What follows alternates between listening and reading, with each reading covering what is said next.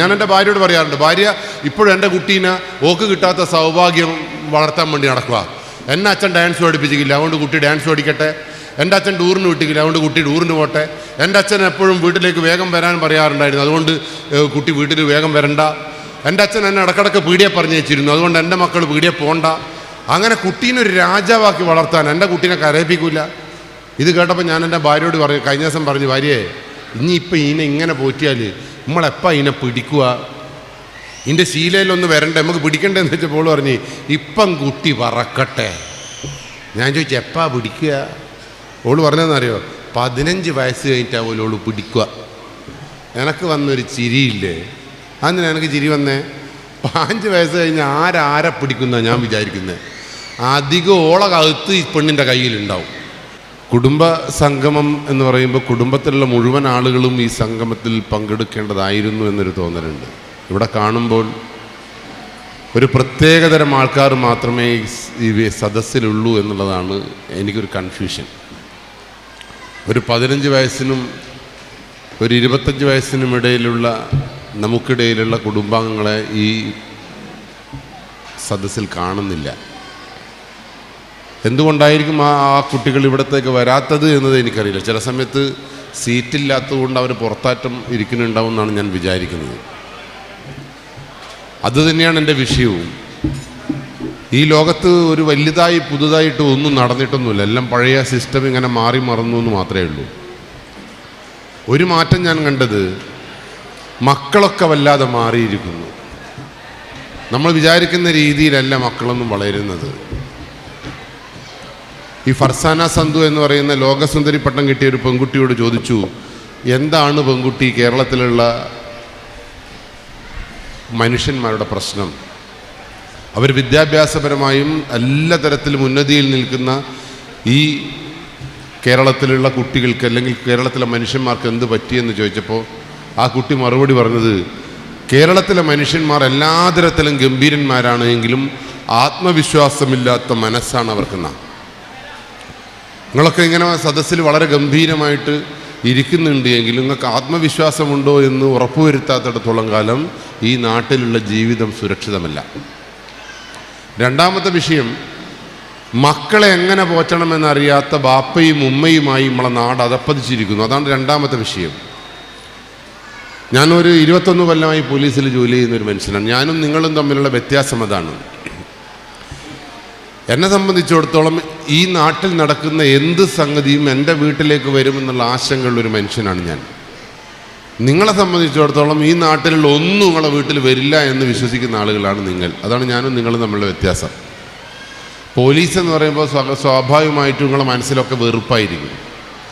അതെന്തോ ഇൻബോണായിട്ട് മനുഷ്യന്മാരിൽ. എനിക്കും പണ്ട് പോലീസിൽ വരുന്നതിനേക്കാൾ മുമ്പ് പോലീസിന് ഇഷ്ടമല്ലായിരുന്നു. പക്ഷെ പോലീസിൽ വന്നപ്പോഴാണ് സംഗതി മനസ്സിലായത്, ലോകത്തിലെ ദൈവതുല്യന്മാരായിട്ടുള്ള മനുഷ്യന്മാർ പോലീസാണെന്ന്. അപ്പോൾ നിങ്ങൾക്ക് ഇപ്പം ചിരി വന്നിട്ടുണ്ടാവും, എന്ത് പോലീസ് ദൈവം എന്നൊക്കെ തോന്നിയിട്ടുണ്ടാവും. പക്ഷെ എന്താണെന്നറിയോ, ഈ തൊണ്ടിക്കോടൻ ഫാമിലിയിൽ ഞാൻ വന്നപ്പോഴും എൻ്റെ പ്രാർത്ഥന എന്തെന്നറിയോ? എൻ്റെ പ്രാർത്ഥന, ഈ തൊണ്ടിക്കോടൻ ഫാമിലിയിൽ ഇവിടത്തേക്ക് വന്ന ഒരു കുടുംബത്തിൻ്റെ വീട്ടിലും കള്ളൻ കയറരുത് എന്ന് ആത്മാർത്ഥമായി പ്രാർത്ഥിച്ചിട്ടാണ് ഞാൻ ഇവിടെ വന്നത്. ഈ സംഗമത്തിന് വന്ന ഒരു കുട്ടിയും ഒരു മനുഷ്യനും ഒളിച്ചോടരുതെന്ന് ഹൃദയം കൊണ്ട് പ്രാർത്ഥിച്ചിട്ടാണ് ഞാനിവിടെ വന്നത്. ഈ നിങ്ങൾ കൂടെ കെട്ടിത്തൂക്കിയ ഒരു തോരണങ്ങളും അവസാനം വരെ നശിച്ചു പോകരുത് എന്ന് ആത്മാർത്ഥമായി പ്രാർത്ഥിച്ചുകൊണ്ടാണ് നമ്മളിവിടെ വരുന്നത്. പോലീസുകാരൻ അങ്ങനെയാണ്, ഒന്നും നശിച്ചു പോകരുത് എന്ന് ആഗ്രഹിക്കുന്നവനാണ് പോലീസുകാരൻ. നിങ്ങളാരെങ്കിലും ഇന്നിവിടെ വരുമ്പം പ്രാർത്ഥിച്ചാ, ഈ തൊണ്ടിക്കോടൻ ഫാമിലിയിൽ ഒരു വീട്ടിലും കള്ളം കയറരുത്, എൻ്റെ കുടുംബത്തിൽ ഒരു വീട്ടിലെ കുട്ടിയും ഒളിച്ചോടരുത് നിങ്ങൾ ആരെങ്കിലും പ്രാർത്ഥിച്ചിട്ടാണോ ഇവിടെ വന്നത്? അങ്ങനെയൊന്നും പ്രാർത്ഥിക്കാതെ വന്ന നിങ്ങൾ ദൈവവും പോലീസുകാർ കള്ളന്മാരും. അതാണ് ഈ നാടിൻ്റെ ചെറിയൊരു രൂപം. ഇനി നിങ്ങളോട് ഇഷ്ടമുള്ളതുകൊണ്ടൊന്നല്ല കേട്ടോ നമ്മൾ പ്രാർത്ഥിക്കുന്നത്. നമ്മൾ പ്രാർത്ഥിക്കുന്നത് എന്തിനാണെന്നറിയോ? നിങ്ങളെ വീട്ടിൽ കള്ളം കയറിയാൽ ആ നിമിഷം മുതൽ പോലീസുകാരൻ കള്ളൻ്റെ പുറകെ ഓടണം. കിട്ടുന്നവരെ പോലീസിന് സമാധാനം ഉണ്ടാവില്ല. നിങ്ങൾക്കെന്ത് പ്രശ്നമാണ്? ഒരു പരാതി തന്ന് വീട്ടിൽ വീണ്ടും കിടന്നുറങ്ങാനും ചിരിക്കാനും ഒക്കെ നിങ്ങൾക്ക് പറ്റും. നിങ്ങളെ വീട്ടിലൊരു കുട്ടി ഒളിച്ചോടുന്നതിനെ കുറിച്ച് നിങ്ങൾ ചിന്തിച്ചിട്ടുണ്ട് എപ്പോഴെങ്കിലും? നിങ്ങളെ വീട്ടിലൊരു കുട്ടി ഒളിച്ചോടിയിട്ടുണ്ട് എങ്കിൽ നിങ്ങൾക്ക് ഒരു പ്രശ്നമില്ല. പോലീസ് സ്റ്റേഷനിൽ വരുന്നു, പരാതി നൽകുന്നു, അവിടുന്ന് കരയുന്നു, അപ്പോൾ എല്ലാവരും കൂടി പിടിച്ച് നിങ്ങളെ വീട്ടിൽ തന്നെ കൊണ്ടാക്കുന്നു. ആ കോലാലിരുന്ന് വീണ്ടും കരയുന്നു. അടുത്ത വീട്ടിലുള്ളവർ കഞ്ഞിയും പയറെല്ലാം തരുന്നു, നിങ്ങൾ നല്ലോണം തിന്നുന്നു. പക്ഷെ നിങ്ങൾ എപ്പോഴെങ്കിലും ആലോചിച്ചിട്ടുണ്ടോ ആ കുട്ടിയുടെ പുറകെ ഓടിയ പോലീസുകാരൻ ചായ കുടിച്ചിട്ടുണ്ടോ എന്ന് എപ്പോഴെങ്കിലും നിങ്ങൾ ചിന്തിച്ചിട്ടുണ്ടോ? അപ്പോൾ അതാണ് പോലീസുകാർക്ക് നാട് നന്നാകണം. കാരണം പോലീസുകാരൻ കാണുന്നതെല്ലാം തിന്മയുടെ വശങ്ങളാണ്. 21 കൊല്ലമായി പോലീസ് സ്റ്റേഷനിൽ ഞാൻ കാണുന്നത് ഉപ്പമാരുടെയും ഉമ്മമാരുടെയും സഹോദരൻ്റെയും സഹോദരിയുടെയും കരച്ചിലും രോദനവും അമർഷവുമാണ്. ആ രോദനവും അമർഷവും ഒന്നും നിങ്ങൾ കണ്ടിട്ടില്ല. നിങ്ങളൊക്കെ വിചാരിക്കുന്നത്, നിങ്ങളൊക്കെ ജീവിക്കുന്നത് സ്വപ്ന ലോകത്താണ്. അതാണ് ഞാനും നിങ്ങളും ജനങ്ങളും പോലീസും തമ്മിലുള്ള വ്യത്യാസം. അതുകൊണ്ട് എനിക്ക് ഈ കുടുംബ സംഗമത്തിൽ എനിക്ക് പറയാനുള്ളത്, ഈ നാട്ടിൽ വരുന്ന ഒരാപത്തും നിങ്ങളുടെ തറവാട്ടിലേക്ക് കടന്നു വരരുത്. മുസ്ലിം കമ്മ്യൂണിറ്റീനെ എനിക്ക് വളരെ ഇഷ്ടമാണ്. എന്താണെന്നറിയോ, മുസ്ലിം സമുദായം വളരെ സിസ്റ്റമാറ്റിക്കായിട്ട് ദീനിബോധത്താൽ എല്ലാ ദിവസവും പള്ളിയിൽ പോകണമെന്നും പ്രാർത്ഥിക്കണമെന്നും 5 പ്രാവശ്യം നിസ്കരിക്കണമെന്നൊക്കെ ഒരേ മനസ്സോടുകൂടി പ്രാർത്ഥിക്കുന്ന, ഒരേ മനസ്സോടുകൂടി പ്രവർത്തിക്കുന്ന ഒരു സംസ്കാരമാണ് മുസ്ലിം സമുദായം. അത് ഏത് ചെറിയ കുട്ടിയായാലും ഏത് മുതിർന്ന ആളുകളായാലും ഒരേ രീതിയിലാണ് പെരുമാറുന്നത്. ശരിക്കും ഈ സംഗതിയൊക്കെ വളർന്നു വരുമ്പോൾ ഈ സമുദായത്തിൽ ഒരു പ്രാവശ്യം പോലും ഒരു നാശം ഉണ്ടാവാൻ പാടില്ല ശരിക്കും പറഞ്ഞാൽ. പക്ഷെ കൊറോണയ്ക്ക് ശേഷം കേരളത്തിൻ്റെ മണ്ണിൽ ഒരു മതങ്ങൾ തമ്മിൽ വ്യത്യാസമില്ലാതായിരിക്കുന്നു. ആരും ഒളിച്ചോടുന്നെന്ന് ഒരിക്കലും പറയാൻ കഴിയില്ല. മുസ്ലിം സമുദായത്തിൽ സൂയിസൈഡ്, ആത്മഹത്യ ഇല്ലായിരുന്നു. ഇപ്പോൾ കേരളത്തിൽ മുസ്ലിം സമുദായത്തിൽ നല്ലോണം ആത്മഹത്യയുണ്ട്. മുസ്ലിം സമുദായത്തിൽ ഒരു കുട്ടിയും ഒളിച്ചോടി പോയിരുന്നില്ല. ഇപ്പം നോക്കുമ്പോൾ മുൻപന്തിയിൽ മുസ്ലിം കുട്ടികളാണ്, ഓട്ടാണ്. അതുകൊണ്ട് തന്നെ എനിക്ക് നിങ്ങളെ കാണുമ്പോൾ ചെറിയ ടെൻഷനുണ്ട്. പണ്ട് നിങ്ങളെ കാണുമ്പോൾ എനിക്ക് ടെൻഷൻ ഇല്ലേനു.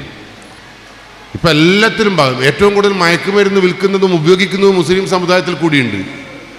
അപ്പം നിങ്ങളും ഞാനുമൊക്കെ വളരെ ആശങ്കയോടുകൂടി പിന്നാമ്പുറങ്ങളിലേക്ക് നോക്കിയിട്ടില്ല എങ്കിൽ ഈ തലമുറ വീണ്ടും നമ്മൾ ഉയർത്തിപ്പിടിച്ചു കൊണ്ടുവന്ന ഈ മൂല്യങ്ങളും ഈ ധർമ്മങ്ങളൊക്കെ നശിച്ച് ക്ഷയിച്ച് ഇല്ലാതായി പോകുമെന്നുള്ള ഭയം നിങ്ങൾക്കില്ലാത്തടത്തോളം കാലം ഈ നാടിനെ പിടിച്ചു വെക്കാൻ നമുക്ക് പറ്റില്ല.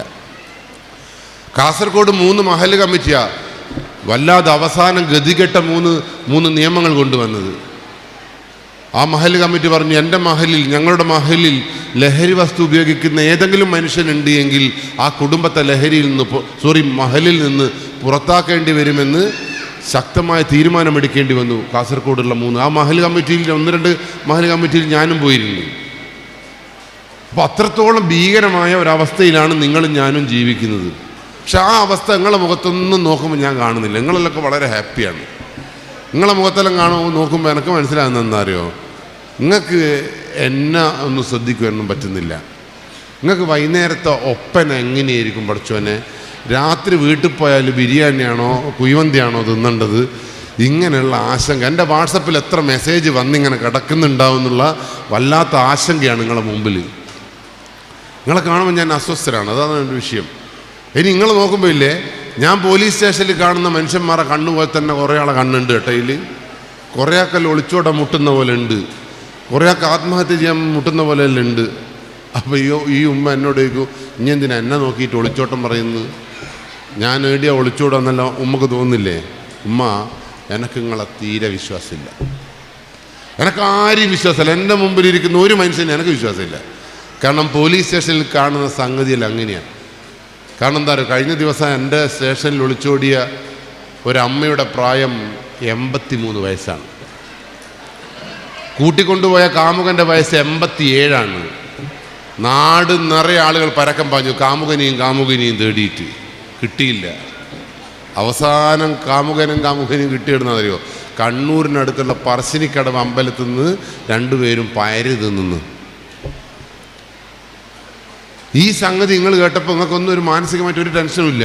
പക്ഷേ ഇത് 2 പേരെയും നമ്മൾ കോടതിയിൽ കൊണ്ടുപോയിട്ട് ഇവർ 2 പേരും വേർപിരിയുന്ന, കോടതി എന്ന് പറഞ്ഞ് 2 പേരും വേറെ പോയിക്കൊള്ളണോ, സ്വന്തം വീട്ടിൽ പോയിക്കൊള്ളണോ, ഒളിച്ചോടാൻ കണ്ട പ്രായം എന്നൊക്കെ പറഞ്ഞപ്പോൾ 2 പേരും പിരിയുന്നത് നിങ്ങൾ കണ്ടിട്ടില്ലല്ലോ, ഞാൻ കണ്ടതാണ്.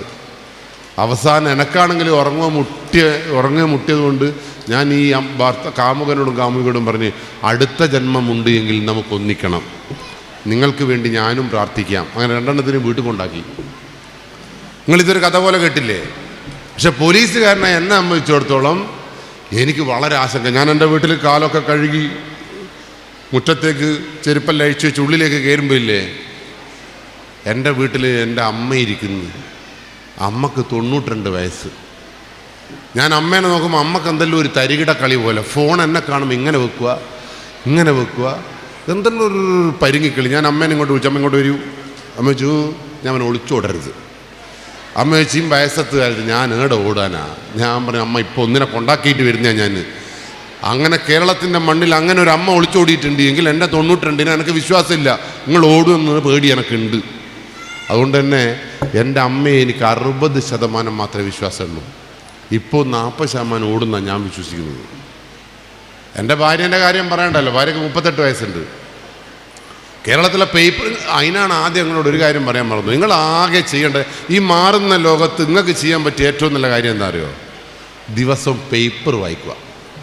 പേപ്പർ കണ്ടിട്ടുണ്ടോ? കണ്ടില്ല? രാവിലെ മുറ്റത്തിങ്ങനെ 4 മടക്കുള്ള സാധനം വീണ് കിടക്കുന്നുണ്ടാവും. അതിങ്ങ് എടുക്കണം. എടുത്താൽ അതിങ്ങനെ തുറക്കും, ഇങ്ങനെ തുറക്കും. എങ്ങനെ വേണമെങ്കിലും തുറക്കാം. കണ്ടിട്ടില്ല? നിങ്ങൾ കണ്ടിട്ടുണ്ടോ? അതിൻ്റെ ഉള്ളിൽ കറുത്ത അക്ഷരങ്ങളിൽ കുറേ സംഗതി എഴുതി വെച്ചിട്ടുണ്ട്. ആ സംഗതിയുടെ പേരാണ് വാർത്ത. ഈ നാടകങ്ങളിൽ നടക്കുന്ന സംഭവങ്ങളാണ് വാർത്തകളായി പത്രത്തിൽ വരുന്നത്. ഈ കുടുംബത്തിലുള്ള എല്ലാ മനുഷ്യരും പത്രത്തിൽ വരുന്ന വാർത്തകൾ തൻ്റെ ജീവിതത്തിലേക്ക് വരുന്നുണ്ടോ എന്ന് പരിശോധിക്കപ്പെടുമ്പോഴാണ് ഈ കുടുംബം കൂടുതൽ കൂടുതൽ മഹത്തരമാകുന്നത്. അതുകൊണ്ട് എനിക്ക് പെണ്ണുങ്ങളെ പേടി. കേരളത്തിലെ പേപ്പർ എടുത്ത് നോക്കിയാൽ 35 വയസ്സുള്ള എല്ലാവർക്കും ഒളിച്ചോടെ മുട്ടുമാണ് ഇവിടെ. എന്ത് പറ്റിയെന്നറിയാം? അതിന് ഹിന്ദു മുസ്ലിം ക്രിസ്ത്യൻസ് ഒന്നൊന്നുമില്ല, പരക്കം പായുമാണ് എല്ലാവരും. അതിന് ഞാൻ കണ്ടുപിടിച്ചത് എന്താ മാറ്റം എന്നറിയോ? ഈ കുടുംബം എന്ന് പറയുന്ന സാധനത്തിൽ ശരിക്കുള്ളൊരു കഴമ്പില്ലാതെ പോകുന്നുണ്ടോ എന്നൊരു സംശയമുണ്ട്. ഭാര്യയ്ക്ക് ഭർത്താവിനെ കണ്ണെടുത്താൽ കണ്ടുകൂടാ. ഭാര്യക്കാണെങ്കിൽ ഭർത്താവിനെയും കണ്ടുകൂടാ, ഭർത്താവിനാണ് ഭാര്യനെയും കണ്ടുകൂടാ, മക്കൾക്ക് രീതിയുള്ള 2 കണ്ടുകൂടാ. തൊണ്ടിക്കാടൻ കുടുംബത്തിൻ്റെ കാര്യം എനിക്കറിയില്ല കേട്ടോ. ഇതെൻ്റെ വീട്ടിലെ കഥയാണ്. എൻ്റെ ഭാര്യയ്ക്ക് എന്നെ കണ്ണെടുത്താൽ കണ്ടുകൂടാ. നിങ്ങൾക്കെല്ലാം എങ്ങനെയാണ്? ഭാര്യ എന്നെല്ലാം പറയുമ്പോൾ നല്ല ഇപ്പോൾ നിങ്ങൾ ലവ് യുടാ കണ്ണാന്നൊക്കെയാണോ ഭാര്യനെ വിളിക്കുന്നത്? ഇല്ല. ശരിക്കും എൻ്റെ വിഷയം എന്നറിയോ? ഈ പോലീസിൽ വന്നതിന് ശേഷം ഞാൻ കല്യാണം കഴിക്കൂലെന്ന് തീരുമാനിച്ച 32 വയസ്സ് വരെ ഞാൻ പിടിച്ചു നിന്നു. കാരണം പോലീസ് സ്റ്റേഷനിൽ വരുന്ന ഭാര്യേൻ്റെയും ഭർത്താവിൻ്റെ അടികൂടൽ കാണുമ്പോൾ ഇല്ലേ, അവരെ പ്രശ്നങ്ങൾ കാണുമ്പോൾ ഞാൻ വെച്ച് എന്തിനാ പഠിച്ചോനെ ഈ വേണ്ടാത്ത വയ്യാവേലിക്ക് പോകുന്നത്. ഞാൻ കല്യാണം കഴിച്ചില്ല. പക്ഷെ എൻ്റെ കൂട്ടുകാർ എന്നെ ചതിച്ചു. എൻ്റെ അപ്പുറത്തെ വീട്ടിലെ മുഹമ്മദെല്ലാം പറഞ്ഞു കഴിച്ചോ, നല്ലതാ. ഞാൻ അവസാനം എന്നോട് ചോദിച്ചു എന്ത് നല്ലതാ, ഇനി ഒരു നല്ല പറയാന്ന് പറഞ്ഞപ്പോൾ പറഞ്ഞു വലിയ ഗുണമൊന്നുമില്ല. ഞാൻ പറഞ്ഞു എന്തൊരു ഗുണം പറയാന്ന് പറഞ്ഞപ്പോൾ പറഞ്ഞറിയോ? കുളിക്കുവാൻ പോകുമ്പോൾ സോപ്പ് എടുത്ത് തരുക, തോർത്ത് മറന്നു പോയാൽ പുറത്തിട്ട് തരുക, പുറഞ്ചൊറിയുമ്പം ചൊറിഞ്ഞു തരുക. എനിക്കാണെങ്കിൽ 32 വയസ്സിൽ നല്ല ചൊറിച്ചലുണ്ടേനു. ഞാൻ അങ്ങനെ എന്ത് ചെയ്യുന്നവരെ കല്യാണം കഴിച്ചു. ഈ മുഹമ്മദിൻ്റെയും സുബൈറിൻ്റെയും അനൂപിൻ്റെ എല്ലാം നിർബന്ധത്തിലാണ് കഴിച്ചത്. ഓലെല്ലാം മുമ്പേ കഴിച്ചിന്. പക്ഷെ ഞാൻ കല്യാണം കഴിച്ച് ഞാനും ഭാര്യയും തമ്മിൽ ഏറ്റവും മനോഹരമായി ജീവിച്ചൊരു സമയമുണ്ട്, സന്ദർഭമുണ്ട്. അതെപ്പോഴാണെന്നറിയോ? ഈ കല്യാണം നിശ്ചയിച്ചിട്ട് താലി കെട്ടിനൊരു 3-4 മാസത്തെ സമയം ഉണ്ടായിരുന്നു. അപ്പോൾ എല്ലാവരും പറഞ്ഞു ഫോണ് കൊടുക്കണം എന്ന് പറഞ്ഞു. ഞാൻ പറഞ്ഞു ഒന്നാ കൊടുക്കൂല ഞാൻ. പക്ഷെ എൻ്റെ പെങ്ങൾ കൊടുത്തു കഴിഞ്ഞു. സിമ്മെല്ലിട്ടിട്ട് ഓക്ക് കൊടുത്തു. ഓൾ എന്നെ ഇല്ലേ 2-3 ദിവസം കഴിഞ്ഞിട്ട് ഒരു മിസ് കോള്. അപ്പോൾ ഓൾ എന്നോട് പറഞ്ഞു ഹായ്. അപ്പം ഞാൻ പറഞ്ഞു ഹോയ്. പിന്നെ ഹായ് ഹായ് ഹോയ് ഹോയ് ഇങ്ങനെ വർത്തമാനം ഇങ്ങനെ. ഞാൻ വിചാരിച്ചു കൊള്ളാലോ, കുഴപ്പമില്ലല്ലോ, നല്ല രസമുണ്ടല്ലോ ഈ സംഭവം. പിന്നീട് ഓൾ എന്നോട് സംസാരിക്കാൻ തുടങ്ങി. സംസാരം കേട്ടപ്പോൾ ഞാൻ തളർന്നു. ഓൾ എന്നോട് പറയാ നമുക്ക് പറക്കണം. ഞാൻ വെച്ച് ഞാൻ ഇതുവരെ പറക്കാത്തതുകൊണ്ട് ഞാൻ വെച്ച് പടച്ചോനെ പറക്കണം. പിന്നെ പറഞ്ഞു കറങ്ങണം. ഞാൻ വെച്ച് ഭഗവാനെ ഞാൻ ഇതുവരെ കറന്നിട്ടില്ലല്ലോ. അങ്ങനെ പറക്കലും കറങ്ങലും മാത്രമുള്ള സംസാരം 3-4 മാസം ഗംഭീരം. ഞാൻ അന്നേരം വിചാരിച്ചെന്താ അറിയോ? പണ്ടേ കഴിക്കേനും കല്യാണം. കാരണം പെൺകുട്ടികളുടെ ഇടപെടലുകൾ ഇങ്ങനെയാണെന്ന് മനസ്സിലായ അന്നേരത്താണ്. പക്ഷേ സംഗതി ഒരു 6 കൊല്ലം കൊണ്ട് തീർന്നു. 6 കൊല്ലം കഴിഞ്ഞ് 2 കുട്ടികളിങ്ങായപ്പോൾ ഇല്ലേ, ഇപ്പം ഞാൻ രാവിലെ എണീക്കുമ്പോൾ എന്നാ കേൾക്കുന്നതെന്നറിയോ? ഊരവേന, കഴുത്തിൻ്റെ ഇവിടുന്ന് ഇങ്ങനൊരു പോക്ക്, പെണ്ണിൻ്റെ ചൊറി, ചെക്കൻ്റെ ഫീസ്, പ്രശ്നത്തോട് പ്രശ്നം. നിങ്ങളെങ്ങനെയാ? എൻ്റെ ടീം നോക്കുമ്പോൾ നമ്മളെല്ലാം ഒരേ ടീം തന്നെയാണ് കേട്ടോ. അതാണ് വിഷയം. എല്ലാ കുടുംബത്തിലും ഈ അസ്വസ്ഥതകളുണ്ട്.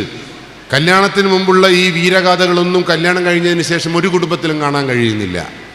അത് തന്നെയാണ് ഈ സമൂഹത്തിൽ, മാറുന്ന സമൂഹത്തിൻ്റെ പ്രശ്നം. ഞാനും ഭാര്യ അടികൂടുമ്പോൾ എനിക്ക് ശരിക്കത് ഫീൽ ചെയ്യുന്നുണ്ട്. നിങ്ങൾ ഭാര്യയോടെല്ലാം അടികൂടലുണ്ടോ? ഇല്ല. ഭാര്യയായിട്ട് അടികൂടി മോള് എപ്പം പറയുന്നൊരു വർത്താനം എന്നറിയോ, എനക്കത്ര നല്ല വന്നിക്ക് മറ്റോ വന്നിക്ക്. ഈ 25 കൊല്ലമായി കല്യാണം കഴിച്ചിട്ട് എന്നിട്ടാണ് പണ്ടങ്ങാൻ വന്ന കഥ ഇപ്പവും പറയുന്നത്. അപ്പോൾ ഓളെ മനസ്സിൽ ഇപ്പോൾ എന്നെ വിടണം എന്ന് തന്നെയാണ് ആഗ്രഹം. അപ്പോൾ ഇങ്ങനെ എപ്പോഴും മനസ്സിൽ അസ്വസ്ഥതയുമായിട്ട് കഴിയുന്ന കുടുംബത്തിൽ എങ്ങനെയാണ് സമാധാനം ഉണ്ടാവുക? അവിടെയാണ് ഈ കുടുംബ സംഗമത്തിൻ്റെ പ്രസക്തി.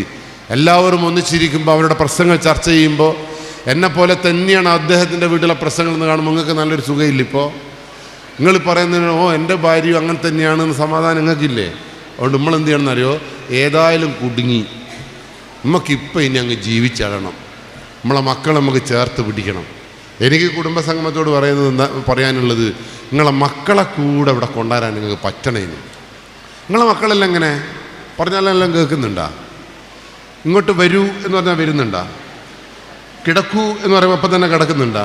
നിങ്ങൾ കൊടുക്കുന്ന പയറും ചെറുപയറും ലൈറ്റുകൾ തിന്നുന്നുണ്ടാ? പോട്ടെ, എല്ലാം വിട്ടേക്ക്. അയറ്റുള്ള മുടി നിങ്ങൾ വിചാരിച്ച പോലെ മുറിക്കാൻ പറ്റുന്നുണ്ടാ? ഇല്ല. എന്നാൽ ഒന്നും നോക്കണ്ടേക്ക്, നിങ്ങൾ ഇവിടെ തന്നെ കുടുംബസംഗമത്തിൽ തന്നെ ഇരുന്നോളി. കാരണം ഐറ്റകളൊക്കെ നിയന്ത്രിക്കാൻ പറ്റിയിട്ടില്ലെങ്കിൽ പിന്നെ എങ്ങനെയാണ് കുടുംബം മുന്നോട്ട് പോവുക? അതുകൊണ്ട് സൂക്ഷിക്കണം. ഈ മക്കൾ എന്തുകൊണ്ടാണ് നിയന്ത്രിക്കാൻ പറ്റാത്തത് എന്നതാണ് വിഷയം. ഞാൻ നോക്കുമ്പോൾ എൻ്റെ അച്ഛന് വലിയ വിദ്യാഭ്യാസമൊന്നുമില്ലായിരുന്നു, മുഹമ്മദിൻ്റെ ബാപ്പയ്ക്കും വലിയ വിദ്യാഭ്യാസമൊന്നുമില്ലായിരുന്നു. പക്ഷെ മുഹമ്മദിൻ്റെ ബാപ്പയും എൻ്റെ അച്ഛനും ഒക്കെ എന്നെ വളർത്തിയത് കാണുമ്പോൾ ഇല്ലേ, ഓലിക്ക് ശരിക്കും നമ്മളെങ്ങനെ പോറ്റണം എന്നറിയാമായിരുന്നു. ആ അച്ഛൻ്റെ മകനായതുകൊണ്ടും മുഹമ്മദിൻ്റെ ബാപ്പ വളരെ കൃത്യമായിട്ട് അവനെ പോറ്റിയത് കൊണ്ടാണ് ഞാൻ വിചാരിക്കുന്നത് രണ്ടുപേരും സമൂഹത്തിൽ, ഞാൻ പോലീസുകാരനായതും അവന് ടീച്ചറായതും. നമ്മൾ ഒരു തരത്തിലും അച്ഛനും അമ്മയും വെറുതെ വിട്ടിട്ടില്ല. അതാണ് വിഷയം. ഞാൻ പിന്നീടാണ് മനസ്സിലായത്, ഒരു സ്കൂളിൽ ടൂറിന് പോലും നമ്മളെ വിട്ടിട്ടില്ല. എന്നോട് പറഞ്ഞാന്നറിയാം, എൻ്റെ അച്ഛൻ മുഹമ്മദിനെ വിട്ടാൽ ഇന്നെ വിടും, മുഹമ്മദിൻ്റെ ബാപ്പ പറഞ്ഞാന്നറിയാം ഓനെ വിട്ടാൽ ഇന്നെ വിടും. ഇത് അച്ഛനും ബാപ്പയും തമ്മിലുള്ള വല്ലാത്ത ഒരു സിങ്ക്രണൈസ് ആണെന്ന് പിന്നീട് എനിക്ക് മനസ്സിലായി. അതുകൊണ്ട് തന്നെ എനിക്ക് സമാധാനമായി, മുഹമ്മദ് പോയിക്കില്ലല്ലോ. അതുകൊണ്ട് തന്നെ മുഹമ്മദിന് സമാധാനമായി, ആ പൊട്ടനും പോയിക്കില്ലല്ലോ എന്നുള്ള സമാധാനത്തോടു കൂടി നമ്മൾ പിന്നെ എന്താ പറയുക, നായിനെ എറിഞ്ഞുകൊണ്ട് വയ്യന്നെ നടന്നു. പക്ഷെ ഇന്നത്തെ രക്ഷകർത്താക്കൾ നോക്കുമ്പോൾ ഇല്ലേ, അപ്പുറത്തവനൊന്നും അവർ മൈൻഡ് ചെയ്യുന്നില്ല. എൻ്റെ മക്കൾ എൻ്റെ മക്കൾ എൻ്റെ മക്കൾ, എനിക്ക് കിട്ടാത്ത സൗഭാഗ്യങ്ങളെല്ലാം എൻ്റെ മക്കൾക്ക് കിട്ടണമെന്നുള്ള വല്ലാത്ത വാശിയുണ്ട് കേരളത്തിലെ പുതിയ രക്ഷാകർത്താക്കൾക്ക്. ആ വാശിയാണ് മക്കളെ വല്ലാത്ത നിലയിലേക്ക് തകർക്കുന്നത് എന്നുള്ള ബോധം ഉണ്ടാവേണ്ടത് കുട്ടികൾക്കല്ല, ആർക്കാ? രക്ഷാകർത്താക്കൾക്കാണ്. അതുകൊണ്ട് നിങ്ങളെ മക്കൾ നിങ്ങൾ പറഞ്ഞാൽ കേൾക്കണം. നിങ്ങളെ മക്കൾ അതാണ് ഞാൻ പറഞ്ഞത്. ഞാൻ പറയാൻ ഉദ്ദേശിക്കുന്ന സംസാരം അതാണ്. നിങ്ങളെ മക്കളുടെ മാനേഴ്സും മക്കളുടെ സ്വഭാവ സവിശേഷതകളും മനസ്സിലാക്കാൻ കഴിയുന്ന ഒരു നല്ല ബാപ്പയും ഉമ്മയുമായിട്ട് നിങ്ങൾ മാറണം. നിങ്ങൾ നല്ലൊരു ബാപ്പയാണോ? നല്ല ബാപ്പയാണോ? നിങ്ങൾ മിണ്ടൊന്നുമില്ല. നിങ്ങളെ നോട്ടെല്ലാം കണ്ടാൽ വിചാരിക്കും ഞാൻ കഞ്ചാവാറ്റം വിൽക്കുവാൻ വന്നൊരുത്തെ നിങ്ങളൊരു തങ്കപ്പെട്ട മനുഷ്യന്മാർ. ഞാൻ പഠിച്ചുകൊണ്ടുവന്ന സാധനമെല്ലാം മറന്നൊന്നുണ്ട് കേട്ടോ. നിങ്ങൾ ഈ നോട്ടാണെങ്കിൽ ഒന്നും പറയാൻ നിനക്കാവില്ല. അതുകൊണ്ട് നിങ്ങൾ എന്ത് ചെയ്യണം, കുറച്ചും കൂടി നല്ലോണം എന്നെ നോക്കണം. എന്നാൽ ഞാൻ ക്ലാസ് അങ്ങനെ തുടങ്ങാം, അതവിടെ മറ്റേതവിടെ നിൽക്കട്ടെ. നിങ്ങൾ മനുഷ്യന്മാരാണോ? Yes or no? Very good. കുറച്ചാൾക്ക് മനസ്സിലാക്കിയില്ല, കുറച്ചാളിങ്ങനെ നോക്കും. അല്ലേ ഇവന് കണ്ടിട്ട് തോന്നുന്നില്ലേ? ശരിക്കും പറഞ്ഞതല്ലേ, എനിക്ക് നിങ്ങളെ കണ്ടിട്ട് മനുഷ്യനാന്ന് തോന്നുന്നേ ഇല്ല. നിങ്ങൾക്കെന്തല്ലോ പ്രശ്നമുണ്ടോ? പ്രശ്നമുണ്ടോ? അതുകൊണ്ട് ഇന്നു മുതൽ നമ്മളൊക്കെ മനുഷ്യനാവാൻ ശ്രമിക്കും. ഈ തൊണ്ടിക്കാടൻ കുടുംബസംഗമത്തിൽ നിന്ന് ഇന്ന് പോകുമ്പോൾ എൻ്റെ മുമ്പിലിരിക്കുന്ന സകല മനുഷ്യജന്മങ്ങളും യഥാർത്ഥ മനുഷ്യന്മാരായിട്ട് പോകണം. നിങ്ങൾക്ക് ഇതുവരെ മനുഷ്യന്മാരാണെന്ന് തോന്നിയിട്ടില്ല? അല്ല തോന്നിയിട്ടുണ്ടല്ലോ മനുഷ്യനല്ല എന്ന് തോന്നിയിട്ടില്ല? ഇല്ല. നിങ്ങൾ എന്തെങ്കിലും ഒന്ന് മിണ്ടെന്ന് ഈ ചോറും ബിരിയാണിയെല്ലാം നിന്നിട്ട് ഇങ്ങനെ ഇരുന്നായില്ലേ, നിങ്ങൾക്ക് ആകെ അബദ്ധമായി പോകും. നിങ്ങൾ ഒരിക്കൽ കൂടി ഞാൻ ചോദിക്കാം, നിങ്ങൾ മനുഷ്യന്മാരാണോ? യെസ്. കുറച്ചാൾ യെസ്, കുറച്ചാൾ നോ, കുറച്ചാൾ എൻ്റെ കുടുംബത്തിൽ വന്നിട്ട് ഇഞ്ഞി ചോദ്യം ഞാൻ ഉത്തരം. ഇതാണ് മലയാളി. തങ്കപ്പെട്ട ഇത് നല്ല മലയാളി തന്നെ കേട്ടത്. പക്ഷെ മനുഷ്യൻ്റെ ലക്ഷണം 4 ലക്ഷണങ്ങളാണ് മനുഷ്യനുള്ളത്. ഈ 4 ലക്ഷണങ്ങളിൽ പിടിച്ച് ജീവിച്ചാലില്ലേ നിങ്ങൾക്കൊരു സമ്പത്തും ഒരു സംഗതിയും ഇല്ലാതെ സമാധാനപരമായിട്ട് ഇവിടെ ജീവിക്കാൻ കഴിയും. നിങ്ങളെ മക്കളെ നിങ്ങൾക്ക് കൃത്യമായി നിരീക്ഷിക്കാൻ കഴിയും. അതിനൊന്നാമത്തത് സ്വഭാവം എന്താണെന്നോ, മനുഷ്യന് മാത്രമേ നട്ടെല്ല് നിവർത്തിയിരിക്കാൻ കഴിയൂ. ലോകത്ത് നട്ടെല്ല് നിവർത്തിയിരിക്കാൻ കഴിയുന്ന ഏക ജന്തു മനുഷ്യനാണ്. നിങ്ങളെല്ലാം നട്ടെല്ല് നിവർത്തിയിട്ടായിരിക്കുന്നത്? എല്ലാവരും ഒന്ന് നട്ടല് നിവർത്തി നോക്കട്ടെ ഉണ്ടോയെന്ന്. സംഭവം ഉണ്ട് കേട്ടോ നിങ്ങൾക്ക്. അപ്പോൾ ഇത്ര നേരം നിങ്ങൾ എങ്ങനെയാണ് ഇരുന്നത്? സ്കൂട്ടർ സ്റ്റാൻഡുമ്പോൾ തട്ടിയ പോലെ ഇങ്ങനെ അങ്ങനെ ആയിപ്പോയി നിങ്ങൾ. പിന്നെ എങ്ങനെയാണ് നിങ്ങൾ നന്നാകുക? നിങ്ങളെ കണ്ടിട്ടല്ലേ നിങ്ങൾ മക്കൾ പഠിക്കുക. നിങ്ങൾ സ്കൂട്ടറുമ്പോൾ തട്ടിയാണെങ്കിൽ ഐറ്റുകൾ ബുള്ളറ്റ് സ്റ്റാൻഡുമ്പോൾ തട്ടിയ പോലെ കുറച്ചും കൂടി മടങ്ങിയിട്ടുണ്ടാവും. അതുകൊണ്ട് ഇന്നു മുതൽ നട്ടല്ലങ്ങ് നിവർന്നോട്ടെ. ഈ നട്ടലിലാണ് കുടുംബത്തിൻ്റെ കണ്ണ്. അച്ഛനും അമ്മയും മക്കളുടെ നട്ടല് വളഞ്ഞു പോകുന്നുണ്ടോ എന്ന് ശ്രദ്ധിക്കണം. ഞാനിപ്പോൾ അടുത്താട്ടോ ഈ ക്ലാസ് എനിക്ക് കിട്ടിയ തിരുവനന്തപുരത്തൊരു കോഴ്സിന് പോയപ്പോഴാണ്. ഞാൻ എൻ്റെ വീട്ടിലേക്ക് വന്ന് കൊറോണ കഴിഞ്ഞാൽ വന്ന് നോക്കുമില്ല. എൻ്റെ മോനെ ഞാൻ ആദ്യം നോക്കി. ഞാനെല്ലാം അങ്ങനെയാണല്ലോ. എൻ്റെ വീട്ടിലേക്ക് ഈ സാധനം ഉണ്ടോയെന്നല്ലേ നോക്കേണ്ടത്. ഞാൻ എൻ്റെ 3ാം ക്ലാസ്സിലെ ചെക്കനെ നോക്കുമ്പോൾ ഇല്ലേ, കൊറോണയ്ക്ക് ശേഷം അവൻ്റെ ഇരിപ്പത്ര ശരിയല്ല. ഓനേടെ ഇരിക്കും മോൻ്റെ കയ്യിലൊരു ഫോണ്, ഒരു കയ്യിൽ പഴംപൊരി, ഒരു കയ്യിൽ കട്ട്ലറ്റ്, എന്തെങ്കിലും ഇങ്ങനെ, ഒരു കാല് ചുമരും വലി, ഒരു കാല് എവിടെയാണ് വെക്കണ്ടേന്ന് ഓന് മനസ്സിലായിട്ടേ ഇല്ല. ഞാൻ ഓൻ്റെ ഒരു ഫോട്ടോ എടുത്ത് നോക്കുമ്പോൾ ഒരു നീരാളീൻ്റെ ഒരു അവതാരത്തിനെ പോലത്തെ ഒരു ചെക്ക.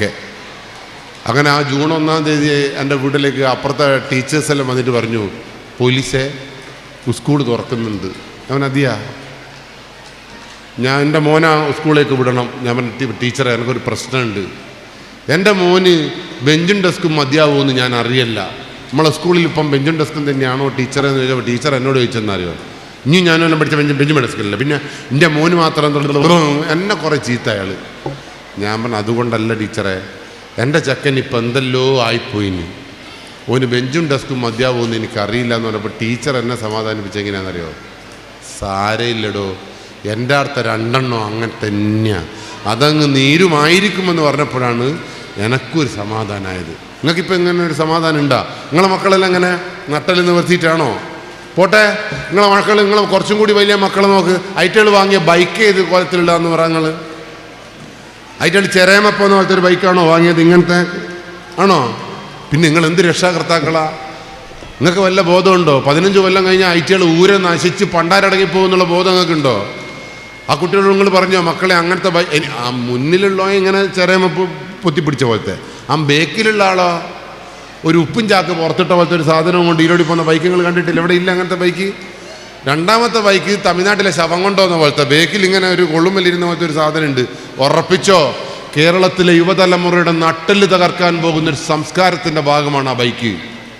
ഇവിടെ വലിയ ഹോസ്പിറ്റലുകളെല്ലാം പൊന്തുമ്പോൾ നിങ്ങൾ ആലോചിച്ചോ, ഓലിക്ക് നിങ്ങളെ ജലദോഷവും പിന്നെ ചൊറിയൊന്നും കൊണ്ട് ആ ഹോസ്പിറ്റലൊന്നും റൺ ചെയ്യാൻ കഴിയില്ല. അവർക്ക് ഊര പൊട്ടണം, അവർക്ക് നിങ്ങളെ ഹൃദയം പൊട്ടണം, തലച്ചോറ് ചിതറണം, എന്നാൽ മാത്രം ആ ഹോസ്പിറ്റലുകൾ നിലനിൽക്കൂ.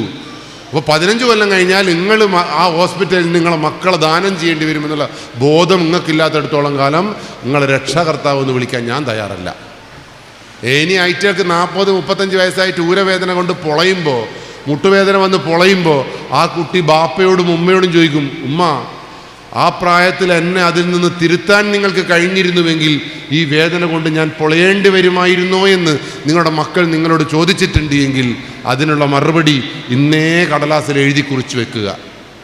അതുകൊണ്ട് നട്ടല് എവിടെ ഇരിക്കുമ്പോഴും, കസേലമ്മലിരിക്കുമ്പോഴും കട്ടിലിരിക്കുമ്പോഴെല്ലാം നട്ടല് വളയാതെ നിങ്ങൾ ഇരിക്കണം. ഏറ്റവും നല്ലത് ഇന്ത്യൻ ക്ലോസറ്റ് ഉപയോഗിക്കുന്ന മനുഷ്യന് ഏറ്റവും നല്ലത്. ആ യൂറോപ്യൻ ക്ലോസറ്റെല്ലാം വന്നതോടുകൂടിയാണ് ഓർത്തോ വിഭാഗം ഇവിടെ തഴച്ചു വളർന്നത്. ഞാനിത് പറയാൻ കാരണം, ഞാൻ 10 ആക്സിഡൻ്റ് ആയ ഒരു ചങ്ങായി. എന്നെ കണ്ടിട്ട് നല്ല സുന്ദരനെ പോലെ ഇല്ലേ? ഞാൻ വലിയ സുന്ദരൻ, നിങ്ങൾ സുന്ദരൻ മുഖത്തിലെല്ലാം ഉണ്ടെങ്കിലും ഉള്ളു പൊട്ടിച്ചതൊരു മനുഷ്യനെ. ഞാൻ 10ഓളം ആക്സിഡൻറ്റ്, കഡ്ഡാ 10 ഞാൻ മരിച്ചെന്ന് ഡോക്ടർ പറഞ്ഞു. പക്ഷെ ഞാൻ പറഞ്ഞു, ഞാൻ മരിക്കില്ല എന്നുള്ളൊരൊറ്റ വാശിയോട്. ഞാൻ ഫസ്റ്റ് ആക്സിഡൻ്റായി ഞങ്ങൾ ഇവിടെ നിന്നാണ്, മൂച്ചിക്കൽ എന്ന് പറയുന്ന സ്ഥലത്തു നിന്നാണ്. മൂച്ചിക്കലിൽ നിന്ന് ആ ചെറിയൊരു വളവുണ്ട് അവിടെ. ആ വളവിൽ നിന്നൊരു ബസ്സിലൊരു പ്രതീനി കൊണ്ടുപോകുമ്പോൾ ആ ബസ്സിലൊരു മീൻ ലോറി വന്ന് ഇടിച്ചാ കറക്റ്റ് എൻ്റെ കൈമ്മലായിപ്പോയി മീൻ ലോറി ഇടിച്ചത്. ഞാനിങ്ങനെ വെച്ച ഈ കൈ ഇവിടുന്ന് അറ്റ് താഴെ വീണുപോയി, കൈ പൊട്ടി താഴെ വീണുപോയി. ബസ്സിൽ എന്നെ കണ്ടോനെല്ലാം ബോധം കെട്ട് വീണുപോയി. അതാ ഏറ്റവും രസം. പക്ഷെ ഞാൻ കുറച്ച് സമയം കഴിഞ്ഞപ്പോൾ എൻ്റെ ബോധവും പോയി. ഈ മൂച്ചിക്കലൊരു അൽമാസ് എന്ന് പറഞ്ഞൊരു ഹോസ്പിറ്റൽ ഉണ്ടായിരുന്നു ആ സമയത്ത്. ആ അൽമാസ് ഹോസ്പിറ്റലിൻ്റെ ഏതോ റൂമിൽ ഞാനിങ്ങനെ ബോധം തെളിഞ്ഞിട്ട് ഇങ്ങനെ നോക്കുമ്പോൾ ഇല്ലേ, ഞാൻ നോക്കുമ്പോൾ ഫാനിങ്ങനെ കറങ്ങുന്നു. അപ്പം എനിക്ക് മനസ്സിലായി മരിച്ചിട്ടില്ല എന്ന്. ഞാൻ അന്നേരം എൻ്റെ വായിൽ വന്നതെന്നറിയോ, എൻ്റെ കൂടെ ഒരു പ്രതി ഉണ്ടായിരുന്നല്ലോ, 46ഓളം കേസുകളിലെ ഭീകരനായ പ്രതിനെ കൊണ്ടാണ് ഞാൻ പോകുന്നത്. ഞാൻ പറഞ്ഞു, പ്രതി എന്തായാലും ഓടിയിട്ടുണ്ടാവും. പ്രതി ഓടിയാലും കൈ പൊട്ടിയാലും കാല് പൊട്ടിയാലും ജീവൻ പൊട്ടിയാലും നമ്മൾ സസ്പെൻഷൻ ഉറപ്പാണ്. ഞാൻ ആ ഫാനിനെ നോക്കി പറഞ്ഞു, പഠിച്ചോനെ പ്രതി പോയി, സസ്പെൻഷനായി, എൻ്റെ മൊബൈൽ ഫോൺ എടിയോ പോയി, കീശയിലുള്ള 3500 രൂപ കാണുന്നില്ല എന്ന് ഞാൻ പറഞ്ഞു. ഒരശരീരി പോലെ പുറകുവശത്തു നിന്നൊരു ശബ്ദം, പ്രതി പോയിട്ടില്ല, പ്രതിൻ്റെ മടിയിലാണ് പോലീസ് നിങ്ങൾ കിടക്കുന്നത്, നിങ്ങളെ മൊബൈൽ ഫോൺ എൻ്റെ കയ്യിൽ സുരക്ഷിതമായിട്ടുണ്ട്, 3500 രൂപ കീശയിലില്ല, 210 രൂപയേ ഉള്ളൂ. പ്രതിയാണ് സത്യസന്ധൻ. ഞാൻ വെറുതെ ഒരു 3500 അങ്ങ് പറഞ്ഞാൽ നോക്കുമ്പം 46 കേസിലെ പ്രതി ഒരു പോലീസുകാരനെ രക്ഷിച്ചിട്ടുണ്ടെങ്കിൽ ആരാണ് ജീവിതത്തിൽ എപ്പോഴാണ് രക്ഷകനായി വരിക എന്നുള്ള ഒരു ബോധം എനിക്ക് അപ്പോഴാണ് ഉണ്ടായത്. അതുകൊണ്ട് ആരും വില കുറച്ച് കാണണ്ട. നിങ്ങൾ ഏതൊരു മനുഷ്യനെയും സ്നേഹിക്കാനും അവനെ ചേർത്ത് പിടിക്കാനും കഴിയുമ്പോഴാണ് ജീവിതം സക്സസ് ആവുള്ളൂ. അതുകൊണ്ട് ആ വേദന എനിക്കറിയാവുന്നത് കൊണ്ടാണ് ഞാൻ പറഞ്ഞത്, നിങ്ങളുടെ മക്കൾക്ക് ഊരവേദനയും മുട്ടുവേദനയും വരരുത്. വന്നാൽ ആ ജീവിതം അവിടെ അവസാനിക്കും. അതുകൊണ്ട് നട്ടല് വേണം. രണ്ടാമത്തെ പ്രത്യേകത, മനുഷ്യന്മാർക്ക് മാത്രമേ കണ്ണിലേക്ക് നോക്കിയിരിക്കാൻ പറ്റൂ. നിങ്ങൾ മനുഷ്യന്മാരാണോ? എല്ലാവരും എൻ്റെ കണ്ണിലേക്കൊന്ന് നോക്ക്. പറ്റുന്നുണ്ടാ? അതിനല്ല നിങ്ങൾക്ക് പറ്റുന്നുണ്ട് കേട്ടാ. നിങ്ങൾ കുഴപ്പമൊന്നുമില്ല, കുറേയെല്ലാം നന്ന് നിങ്ങൾ. എന്നാൽ മൂന്നാമത്തെ പ്രത്യേകതയോടുകൂടി നിങ്ങൾ മനുഷ്യനാണോ എന്ന് ഇപ്പം തെളിയും. ഇവിടെ മനുഷ്യൻ്റെ മൂന്നാമത്തെ പ്രത്യേകത, ലോകത്ത് മനുഷ്യന് മാത്രമേ കണ്ണിലേക്ക് നോക്കി ചിരിക്കാൻ കഴിയൂ. കണ്ണിലേക്ക് നോക്കി ചിരിക്കാൻ കഴിയുന്ന ഏക ജന്തു മനുഷ്യനാണ്. എല്ലാവരും എൻ്റെ കണ്ണിലേക്കൊന്ന് നോക്ക്, ഒന്ന് പൊട്ടിച്ചിരിക്കും. ഞാൻ പറഞ്ഞില്ല നിങ്ങൾക്ക് വരാൻ തന്നെയാണ്. കാരണം എന്താ അറിയോ, നിങ്ങൾക്ക് ചിരിക്കുവാനൊന്നും പറ്റുന്നില്ല. ഈ ചിരി നിങ്ങളുടെ മുഖത്ത് വിരിയാത്തിടത്തോളമല്ലോ. ഖുർആൻ കൃത്യമായി പറഞ്ഞിട്ടുണ്ടല്ലോ. ഖുർആനിൽ എന്താ പറഞ്ഞത്? നബി പറഞ്ഞത് എന്താ? പുഞ്ചിരിയാണ് ലോകത്തെ ഏറ്റവും മഹത്തായ ദാനം. പിന്നെന്താ നിങ്ങൾക്ക് ചിരിക്കാൻ മടി? അതുകൊണ്ട് ഇന്ന് മുതൽ സക്കാത്തായിട്ട് നിങ്ങൾക്ക് പൈസ ഇല്ലെങ്കിലും സാരമില്ല, കൊടുക്ക് പുഞ്ചിരി എന്നല്ലേ പറഞ്ഞിട്ടില്ലേ? കൈകൾ പരസ്പരം കൈമാറി ചിരിക്ക്. എന്നിട്ട് എന്താ നിങ്ങൾ ചിരിക്കാതിരുന്നത്? അതാണ് മുഹമ്മദ് നബി പറഞ്ഞത്, മനുഷ്യനാവണം. മുസ്ലിം മതം മനുഷ്യൻ്റെ മതമാണ്. അതുകൊണ്ട് എന്ത് ചെയ്യണം? പരസ്പരം പുഞ്ചിരിക്കണം. ആ പുഞ്ചിരി തിരിച്ചു കൊണ്ടുവരുന്നത് മനുഷ്യന് മാത്രമേ കഴിയൂ. അത് അയാൾക്ക് മനസ്സിലാക്കി, നിങ്ങൾക്ക് മനസ്സിലാക്കില്ല ഇപ്പോൾ. അതുകൊണ്ട് ഉമ്മക്ക് എന്ത് ചെയ്യണം? ആ നബിയുടെ അനുയായികളായി മാറണമെങ്കിൽ നിങ്ങൾ കണ്ണിലേക്ക് നോക്കി ചിരിക്കണം. എൻ്റെ കണ്ണിലേക്ക് ഒന്നും കൂടി ഒരവസരം കൂടി ഞാൻ തരാം. ഒന്നുകൂടി നോക്ക്, പൊട്ടിച്ചിരിച്ചട്ടെ. നല്ല സ്കോപ്പ് ഉണ്ട് കേട്ടോ ഈ കുടുംബത്തിൽ. കോളേജ് ഓഫ് ലാഫിംഗ് എന്ന് പറഞ്ഞിട്ടൊരു കോളേജ് തുടങ്ങിയിട്ടുണ്ട്. എറണാകുളം മഹാരാജാസ് കോളേജിൻ്റെ മുമ്പിലുണ്ട്. 2500 രൂപയാണ് മാസ ഫീസ്. ആഴ്ചയിൽ 4 ക്ലാസ്. നിങ്ങളെല്ലാം അവിടെ ചേരണം. ആ മഹാരാജാസ് കോളേജിൻ്റെ ആ ഗ്രൗണ്ടിൻ്റെ അങ്ങേ സൈഡിൽ ഞായറാഴ്ച നിങ്ങൾക്ക് കാണാം 10-40 കുട്ടികളും പല പ്രായത്തിലുള്ള മനുഷ്യന്മാരാ കുട്ടികൾ. മാഷ് വടിയെടുത്തിട്ട് ചിരിക്കടാ ചിരി അടി കിട്ടുമെന്ന് പറഞ്ഞാൽ അടിച്ച് ചിരിപ്പിക്കുക മാഷ്. 2500 രൂപ ഫീസ്. മലയാളത്തിൻ്റെ ഗതികേട് ആലോചിച്ചത്. ഞാൻ എന്തായാലും ഇവിടെ തുടങ്ങുന്നുണ്ട്, നിങ്ങളെല്ലാം ചേരണം. 1000 രൂപ മാത്രം ഫീസ് തന്നാൽ മതി, നിങ്ങൾ ചിരിച്ചങ്ങ് മാറും. അല്ല എങ്കിൽ ഇന്ന് വീട്ടിൽ പോയിട്ട് ഒരു കണ്ണാടി വാങ്ങി വെക്കണം, അതിൻ്റെ മുമ്പ് പ്രാക്ടീസ് ചെയ്യണം. അപ്പോൾ ഈ ചിരി നമ്മളെ കുടുംബത്തിൽ ഇന്ന് തൊട്ട് മുഴങ്ങണം. നാലാമത്തെ പ്രത്യേകത, സങ്കടം വരുമ്പോൾ ഇനി ഞാൻ എൻ്റെ ഒരു തമാശ, നിങ്ങൾ മാത്രമല്ല ചിരിക്കാത്ത കേട്ടോ, എൻ്റെ ഭാര്യ ചിരിക്കില്ല. ഞാൻ അവളോട് പറഞ്ഞു, ഭാര്യയെ ഇനി ചിരിക്കണം. ഓള് ചെഞ്ചിഞ്ഞി അങ്ങനെയാണല്ലോ, നിങ്ങളല്ലേ എന്താണ് ഭർത്താവേ എന്നല്ലല്ലേ നിങ്ങൾ ചോദിക്കുക. എൻ്റെ ഭാര്യ അങ്ങനെയല്ല, കിളുകിളുന്ന് ഇങ്ങനെ എല്ലാത്തിനും ഒരു കിളുകളാണ്. ഞാൻ അവളോട് പറഞ്ഞു, ഭാര്യയെ ഇനി ചിരിക്കണം. ഓള് ചിങ്ങി. ഞാൻ പറയും, മനുഷ്യന്മാർക്ക് മാത്രമേ ചിരിക്കാൻ പറ്റൂ. അപ്പോൾ എന്നോട് ചോദിക്കുവാണേ, മനുഷ്യന്മാരെ ചിരിക്കൂ? ഞാൻ എനിക്ക് എൻ്റെ അറിവിൽ മനുഷ്യന്മാരെ ചിരിക്കുള്ളൂ. ഓൾ പറയും, തെറ്റി, ഇങ്ങക്ക് ഇവിടുത്തെ പശു ചിരിക്കും. നിങ്ങൾ പശുവിനെ കണ്ടില്ല? ഒരു 4 കാലിലുള്ള ഒരു സാധനം പശുവിനെ കണ്ടിട്ടില്ല? ആ പശുവുമൊക്കെ പാൽ തരുമെന്നെല്ലാം പഠിച്ചില്ല നിങ്ങൾ. ആ പശു ചിരിക്കും പോലും. പശു ചിരിക്കുമോ? ഞാൻ പറയും, ഭാര്യയെ എന്നാൽ പശു ചിരിക്കുമ്പോൾ ഇനി എന്നെ ഒന്ന് വിളിക്കണം, എന്നാലല്ലേ എനിക്ക് ക്ലാസ് എടുക്കാൻ പറ്റൂ. അങ്ങനെ ഒരു ദിവസം ഉച്ചക്ക് ഉറങ്ങുമ്പോൾ അവൾ വിളിച്ച്, ഇതാ പശു ചിരിക്കുന്നു, വേം വരിയേ. ഞാൻ കിട്ടിയ മുണ്ടും എടുത്തിട്ട് പശുവിൻ്റെ ആലയിലേക്ക് ഓടി. ആലയിലേക്ക് നോക്കുമ്പോൾ ഞാൻ എൻ്റെ പശുവില്ലേ, നിങ്ങൾ പശുവിനെ കണ്ടില്ലേ? പശുവിന് വയറ്റുന്ന വേനിയാകുമ്പം പശുവിനൊരു എന്നൊരാക്കലുണ്ട്, കണ്ടിട്ടുണ്ട് നിങ്ങൾ? ഇത് കണ്ടിട്ടാണ് എൻ്റെ ഭാര്യ പറയുന്നത് പശു ചിരിക്കുന്നു. നിങ്ങൾ എൻ്റെ ടീമാണോ എൻ്റെ ഭാര്യേൻ്റെ ടീമാണോ? നിങ്ങൾ ആരുടെ ടീമാണ്? അതുകൊണ്ട് ഇന്ന് മുതൽ വീടുകളിൽ ചിരി വിരിയണം. നാലാമത്തെ പ്രത്യേകത, സങ്കടം വരുമ്പോൾ കരയണം. സങ്കടം വരുമ്പോൾ കരയുന്ന ഒരു മനുഷ്യനും പാതി വഴിയിൽ ജീവിതം അവസാനിപ്പിച്ചിട്ടില്ല. പാതി വഴിയിൽ ജീവിതം അവസാനിപ്പിക്കുന്ന മനുഷ്യന്മാർക്കൊക്കെ കണ്ണുനീരില്ലാത്ത മനുഷ്യന്മാരാണ്. ഞാനിപ്പോഴും എൻ്റെ ഭാര്യ പറയുന്ന അറിയാൻ, ഞാനൊക്കെ കുറേ കരഞ്ഞിന്, അതുകൊണ്ട് എൻ്റെ മക്കളെ ഞാൻ കരയിപ്പിക്കൂല. ആടെ തന്നെ തീർന്നില്ലേ, മക്കൾ മനുഷ്യനെല്ലാം ഉണ്ടാക്കിയതോളല്ലേ, മക്കൾ കരയണ്ടേ? പരീക്ഷ നിങ്ങൾ പത്രം തുറന്നു നോക്കിയാൽ നിങ്ങൾ പത്രം തുറന്നു നോക്കിയാൽ കുട്ടികൾ മരിക്കുന്നതിനെ പരീക്ഷയിൽ തോക്കുമെന്ന് ഭയന്ന് കുട്ടി മരിച്ച്, അക്വരത്തിൽ മീൻ മരിച്ചിട്ട് കുട്ടി മരിച്ച്, ഭാര്യയും ഭർത്താവും പിരിഞ്ഞ്, ഇങ്ങനെ നിരന്തരം വാർത്തകൾ കേൾക്കുന്നത് എന്താ? ടൂറിന് വിടാത്ത കുട്ടി പുഴയെ തുള്ളി മരിച്ച്, പരീക്ഷയെ തോറ്റ കുട്ടി സൂയിസൈഡ് തൂങ്ങി മരിച്ചു എന്ന് കഴിഞ്ഞ ഏപ്രിൽ മാസം പത്രത്തിൽ വന്നപ്പോൾ ഇല്ലേ, എൻ്റെ 92 ചിരിച്ച് പണ്ടാരടങ്ങിപ്പോയി. ഞാൻ ചോദിച്ചല്ല 92, നിങ്ങളപ്പോഴും ഒരു കുട്ടി മരിച്ചാൽ ചിരിക്കുക നിങ്ങൾ? അപ്പം അമ്മ പറഞ്ഞതെന്നറിയോ, അതിനല്ല ഞാൻ ചിരിച്ചത്, പരീക്ഷയിൽ തോറ്റിട്ട് മരിക്കുകയായിരുന്നുവെങ്കിൽ ഈ വീട് നിറച്ചും എൻ്റെ ശവം ആടിക്കളിക്കണമായിരുന്നല്ലോ എന്ന്. കാരണം പരീക്ഷയിൽ നിരന്തരം തോറ്റൊരു ചങ്ങായിയാണ് ഞാൻ മരിച്ചില്ല. ഞാൻ മരിക്കാതിരിക്കാൻ 2 കാരണമുണ്ട്. ഒന്ന്, എൻ്റെ 1ാം ക്ലാസ്സിലെ സൂപ്പി മാഷ് സ്കൂളിൽ പോയപാട് സൂപ്പി മാഷ് പറയും സ്റ്റാൻഡ് അപ്പ് സിറ്റ് ഡൗൺ. നിങ്ങൾക്ക് അതുണ്ട് എനവുണ്ട്, ഇപ്പോൾ ഉണ്ട് കേട്ടത്, സ്റ്റാൻഡ് അപ്പ് സിറ്റ് ഡൗൺ. നമ്മളെല്ലാം നിൽക്കൂ, ഒയ് അങ്ങനെല്ലാം പറഞ്ഞിട്ട് സൂപ്പി മാഷ് പറഞ്ഞു എല്ലാവരും നല്ലവണ്ണം പഠിക്കണം. ഞങ്ങളെല്ലാം പറഞ്ഞു ഓ പഠിക്കാണ്ടെന്താ, അങ്ങനെയല്ലേ നമ്മളെല്ലാം പറയാം, പഠിക്കണം എന്ന് നമ്മളെല്ലാം അങ്ങനെയല്ലോ. ഇന്ന് മാഷ് ആക്കിക്കൊണ്ടാണ് പറയുന്നതെങ്കിലും നമ്മളെല്ലാം ഒറ്റ സ്വരത്ത് പറഞ്ഞ്. പിന്നീട് മാഷ് പറഞ്ഞു പഠിച്ചിട്ടില്ല എങ്കിൽ തോക്കും പൊട്ട, തോറ്റാൽ ഞാൻ അടിക്കും പൊട്ട. ഇത് കേട്ടപ്പോൾ എൻ്റെ അപ്പുറത്തിരിക്കുന്ന മുഹമ്മദ് പറഞ്ഞു മാഷെങ്ങനെ നമ്മളെ പൊട്ട എന്ന് വിളിക്കുക? ഇനി എൻ്റെ അച്ഛനോട് പറഞ്ഞിട്ട് മാഷ കാലും കൈയും തച്ചൊടിച്ചാൽ ഇനി വേഗം നമുക്ക് അച്ഛൻ. പിന്നെ ജനഗണ പാടുവാനും നമ്മൾ നിന്നില്ല.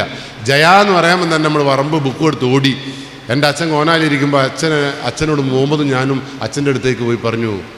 അച്ഛൻ ഉടനെ വീട്ടിൽ കയറിപാടെ ഓൻ്റെ ബാപ്പ ഗൾഫിലാണ്, അതുകൊണ്ട് തന്നെ എൻ്റെ അച്ഛനോടാണ് എല്ലാം പറയുക. അച്ഛനോട് അച്ഛൻ കയറി ചെന്ന പാട് ചോദിച്ചു മാഷ് എന്തൊക്കെ പഠിപ്പിച്ചു? ഞാൻ പറഞ്ഞു നല്ലോണം പഠിക്കണം പൊട്ട, പഠിച്ചിട്ടില്ലെങ്കിൽ അടിക്കും പൊട്ട എന്ന് മാഷ് പറഞ്ഞു എന്ന് പറഞ്ഞപ്പോൾ മുഹമ്മദ് പറഞ്ഞു മറ്റേ പറ, മറ്റേ പൊട്ടാന്ന് വിളിച്ചത് പറയാൻ, എന്നാലല്ലേ അച്ഛൻ മാഷ അടിക്കുള്ളൂ. ഞാൻ എൻ്റെ അച്ഛനോടാണ് അച്ഛാ മാഷ് കുട്ടികളെ പൊട്ട എന്ന് വിളിക്കാൻ പാടുണ്ടോയെന്നാണ് ഞാൻ ചോദിക്കാൻ. പൊട്ട എന്ന് വിളിക്കാമെന്ന് ചോദിക്കുമ്പോൾ തന്നെ അച്ഛൻ എന്നെ അതിൻ്റെ മേലേക്ക് കയറി പറഞ്ഞു മാഷ അടിയും കൊണ്ട് ഇങ്ങോട്ട് വന്നിട്ടുണ്ട് എങ്കിൽ ഇന്നെ ഞാൻ കൊല്ലും മരപ്പൊട്ട. സംഗതി എനിക്ക് മനസ്സിലായി. ഞാൻ മുഹമ്മദോട് പറഞ്ഞു ഇഞ്ഞി മുണ്ടണ്ട, കിട്ടുന്നതും കിട്ടിയിട്ട് ഇങ്ങ് പോരുക, ഇവിടെ വന്നിട്ട് ഇളക്കിയിട്ട് ഇവിടുന്നും കിട്ടണ്ട. അതിന് ശേഷമല്ലേ പരീക്ഷ തോറ്റാൽ ഒന്നുമില്ല, മനസ്സിലായല്ലേ? സൂപ്പി മാഷ് സ്റ്റാൻഡപ്പ് ഓ അടിച്ചോളി. കാരണം എന്താ, പരീക്ഷ തോറ്റു, ആ അടി വാങ്ങിയിട്ട് തുടച്ചുകൊണ്ട് തന്നെയാണ് ഈ മൈക്കൊക്കെ പുറകിൽ നമ്മൾ എത്തിയത്. നിങ്ങളെ കുട്ടികളെന്താ പരീക്ഷ തോറ്റിട്ട് തൂങ്ങിയിരിക്കുന്നത്? അതിറ്റേക്ക് നിങ്ങൾ പറഞ്ഞ് മരിച്ചാൽ പിന്നെ ഞാൻ ജീവിക്കുമോ? നമ്മളെ കുടുംബത്തിൻ്റെ അഭിമാനം പാരമ്പര്യം എന്ന് പറഞ്ഞിട്ട് കുട്ടീനെ ഉപദ്രവിച്ചപ്പോൾ അതിൽ നല്ല മരിക്കുന്നതാണ് കുട്ടി അങ്ങ് തീരുമാനിച്ചു.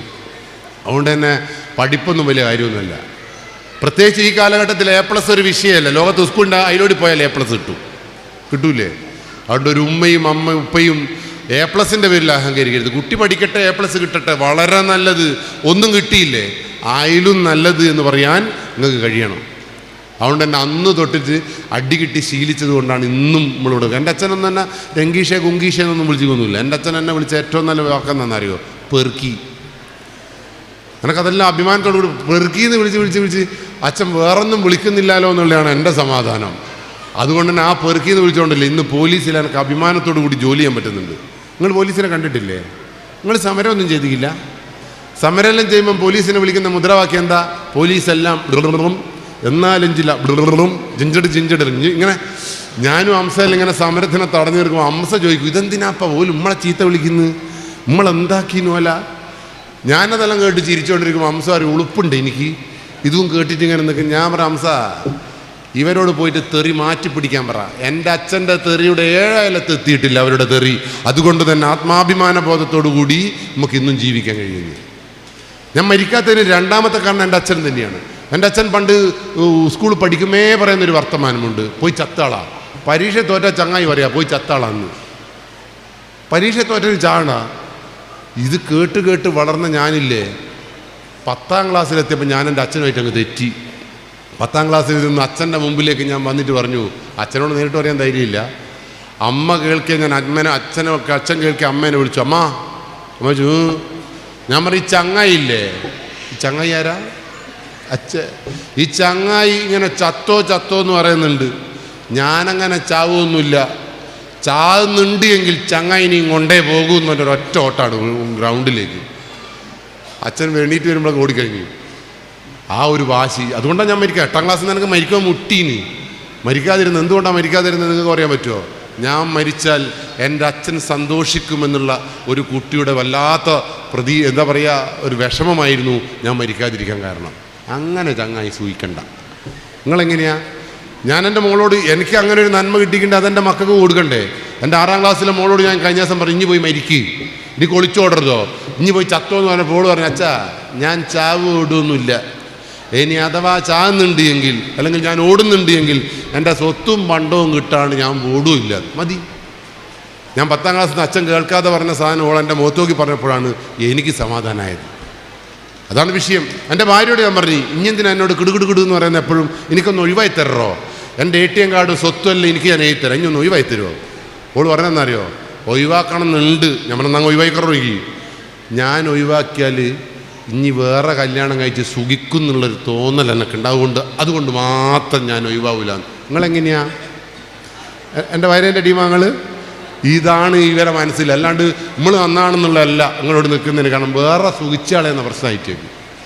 അതുകൊണ്ട് ഈ ഒരു ബോധമെല്ലാം നമുക്ക് ഉണ്ടായാലില്ലേ ഈ നാട്ടിൽ നിവർത്തി നമുക്ക് ജീവിക്കാൻ കഴിയും. അപ്പോൾ സംഗതി എല്ലാം മനസ്സിലായല്ലോ. നിങ്ങളെ മക്കൾ എന്തുകൊണ്ടാണ് നിങ്ങൾക്ക് മുടി പറിക്കാൻ കഴിയാത്തത് പറ? 2 കാരണങ്ങളാണ്. 150 രാഷ്ട്രങ്ങളിൽ സഞ്ചരിച്ച സന്തോഷ് ജോർജ് കുളങ്ങര എന്ന് പറയുന്ന ഒരു മനുഷ്യനുണ്ട് കേരളത്തിൽ. കേട്ടിട്ടുണ്ടോ? നമ്മൾ ലേബർ ഇന്ത്യൻ്റെ മുതലാളീൻ്റെ മോനയാൾ. ഇപ്പം അയാൾ നടത്തുന്നത്. അയാളോട് ചോദിച്ചു, എനിക്ക് ഏറ്റവും ഇഷ്ടപ്പെട്ട 2 വർത്താനുണ്ട് അയാളോട് ചോദിച്ചു, ഈ 150 രാഷ്ട്രങ്ങളിൽ സഞ്ചരിച്ച സന്തോഷ് ജോർജ് കുളങ്ങര, നിങ്ങൾക്ക് അടുത്ത ജന്മത്തിൽ എവിടെ ജനിക്കാനാണ് ഇഷ്ടം? നിങ്ങളോട് അങ്ങനെ ഒരു ചോദ്യം ചോദിച്ചാൽ നിങ്ങളെന്താ പറയുക? നിങ്ങളൊരു സ്വിറ്റ്സർലാൻഡ് അങ്ങോട്ടല്ലല്ലോ പറയുക. സന്തോഷ് ജോർജ് കുളങ്ങര പറഞ്ഞു, എനിക്ക് ഇന്ത്യയിൽ തന്നെ ജനിക്കാനാണ് ഇഷ്ടം. ആ ചോദ്യാർത്ഥം വെച്ചല്ലേ അങ്ങായി, ഈ ഇന്ത്യയിലോ വീണ്ടും എനിക്ക് ജനിക്കണോ? എന്താ ഇന്ത്യൻ്റെ ഗുണം എന്ന് ചോദിച്ചാൽ, അത്രയും മഹത്തായ പാരമ്പര്യമുള്ള നാടാണോ ഇന്ത്യ എന്ന് ചോദിച്ചപ്പോൾ സന്തോഷ് ജോർജ് കുളങ്ങര മറുപടി ഉണ്ട്. ഇങ്ങനെ ഉഡായിപ്പായിട്ട് ജീവിക്കാൻ പറ്റുന്ന വേറൊരു രാജ്യവും ലോകത്തില്ല പോലും. ഉഡായിപ്പിൻ്റെ പറുദീസ്യ പോലും ഇവിടെ. ആ ഉഡായിപ്പിൻ്റെ പ്രതിനിധികളാണ് നമ്മളെ പുതിയ തലമുറ. അവിടെയാണ് വിഷയം. അതേ സന്തോഷ് ജോർജ് ചെന്നിട്ട് എന്തേ കുട്ടികൾ ഇവിടെ പിടിച്ചാൽ കിട്ടുന്നില്ല എന്ന് എല്ലാ രക്ഷാകർത്താക്കളും പറയുന്നു. നിങ്ങളെ മക്കളെന്താ അങ്ങനെ പറയുന്നു എന്ന് ചോദിച്ചപ്പോൾ സന്തോഷ് ജോർജ് കുളങ്ങര പറഞ്ഞു, മക്കളെ ഒരു കാരണവശാലും നിങ്ങൾ കുറ്റപ്പെടുത്തരുത്. നിങ്ങളെ മടിയിലിരിക്കുന്ന മക്കളൊക്കെ തങ്കപ്പെട്ട കുട്ടികളാണ്. എല്ലാ ഉമ്മയുടെയും ഉപ്പയുടെയും ആഗ്രഹം എന്താ? ആ കുട്ടി ഗുണ്ടയായി വളരണം എന്നാർക്കെങ്കിലും ആഗ്രഹമുണ്ടോ? ഈ കുട്ടി നല്ലൊരു കള്ളനായി വളരണം എന്ന് ഏതെങ്കിലും ഉമ്മയും ബാപ്പയും ആഗ്രഹിച്ചിട്ടുണ്ട്? എല്ലാ കുട്ടിയും നന്നായി ജീവിക്കണമെന്നാണ് എല്ലാവരും ആഗ്രഹിക്കുന്നത്. പിന്നെന്താ ഈ കുട്ടികൾ അങ്ങനെ ആയിപ്പോകുന്നതെന്ന് ചോദിച്ചാൽ, അയാൾ പറഞ്ഞു, 3 വയസ്സ് മുതൽ മദ്രസയിൽ നിന്ന് പഠനം തുടങ്ങുന്ന കേരളത്തിലൊരു കുട്ടി 18 വയസ്സാകുമ്പോൾ ഡിഗ്രി സർട്ടിഫിക്കറ്റുമായിട്ട് വീട്ടിലേക്ക് ഒരു ഡിഗ്രിക്കാരനായി കടന്നു വരുമ്പോൾ, ഈ 15 കൊല്ലം സ്കൂളിൽ നിന്ന് കള്ളു കുടിച്ചാൽ കരള് കത്തിപ്പോകുമെന്നുള്ള ബാലപാഠം പഠിപ്പിക്കാൻ നമ്മുടെ വിദ്യാഭ്യാസത്തിന് കഴിഞ്ഞിട്ടില്ല എങ്കിൽ പിന്നെ എന്ത് വിദ്യാഭ്യാസമാണ് കുട്ടി നടത്തിയത്? ഈ റോഡിലൂടെ വാഹനം എങ്ങനെ ഓടിക്കണമെന്ന് നമ്മുടെ മക്കൾക്ക് അറിയില്ല എങ്കിൽ, ഈ റോഡിലൂടെ എങ്ങനെ നടക്കണമെന്ന് നമ്മുടെ മക്കൾ 18-15 കൊല്ലം സ്കൂളിൽ പഠിച്ചിട്ടില്ല എങ്കിൽ പിന്നെ നമ്മളെ മക്കൾ സ്കൂളിൽ നിന്ന് പഠിച്ചത് എന്താ? ബാപ്പയും ഉമ്മയും സ്നേഹിക്കണമെന്ന് നമ്മുടെ മക്കൾക്ക് ഈ സ്കൂൾ വിദ്യാഭ്യാസം കൊണ്ട് അറിവ് കിട്ടിയിട്ടില്ല എങ്കിൽ പിന്നെ എന്തിനാണ് മക്കൾ സ്കൂളിൽ പഠിച്ചത്? അപ്പോൾ കുട്ടികളല്ല പ്രശ്നം. ആരാ പ്രശ്നം? ഇതൊന്നും പഠിപ്പിക്കാത്ത ഒരു സിസ്റ്റം ഇവിടെ ഉണ്ട്. അതാണ് വിഷയം. അതാണ് അയാൾ പറഞ്ഞ ഈ ഉടായ്പ ഇവിടെയേ ഉള്ളൂ എന്ന്. കൊണ്ട് സൂക്ഷിക്കണം. നമുക്ക് എന്ത് ചെയ്യണമെന്നറിയോ? നമ്മളെ മക്കളെ നമ്മൾ ചേർത്ത് പിടിക്കണം. അതിന് മക്കളെ സ്വഭാവങ്ങൾ മനസ്സിലാക്കണം. മക്കളിങ്ങനെ അണിയിച്ചൊരുക്കിയിട്ടൊന്നും വലിയ കാര്യമൊന്നുമില്ല കേട്ടാ. നിങ്ങളെ മക്കൾ നല്ല മക്കളാണെന്നൊന്നും പറയാൻ കഴിയില്ല നിങ്ങൾക്ക്. അതിന് മക്കൾ എന്ത് ചെയ്യണമെന്നറിയോ? മക്കൾ മാനസിക അവസ്ഥകൾ മനസ്സിലാക്കണം. സിഗ്മണ്ട് ഫ്രോയിഡ് എന്ന് പറയുന്ന മനഃശാസ്ത്രത്തിൻ്റെ പിതാവ് പറയുന്നു, നിങ്ങളെ മക്കൾ ഒരു വീട്ടിലേക്ക് വരുമ്പോൾ, നിങ്ങൾ വീട്ടിലേക്ക് പോകുമ്പോൾ എഴുന്നേറ്റ് നിൽക്കണം എന്ന് ആഗ്രഹിക്കുന്നുണ്ടോ? നിങ്ങളെ കുട്ടികൾ അങ്ങനെ ആഗ്രഹിക്കുന്നുണ്ടോ? ഇല്ല. ആഗ്രഹിക്കുന്നുണ്ടോ? ഒരാൾ വരുമ്പോൾ വെള്ളം കൊടുക്കണം എന്ന് ആഗ്രഹിക്കുന്നുണ്ടോ?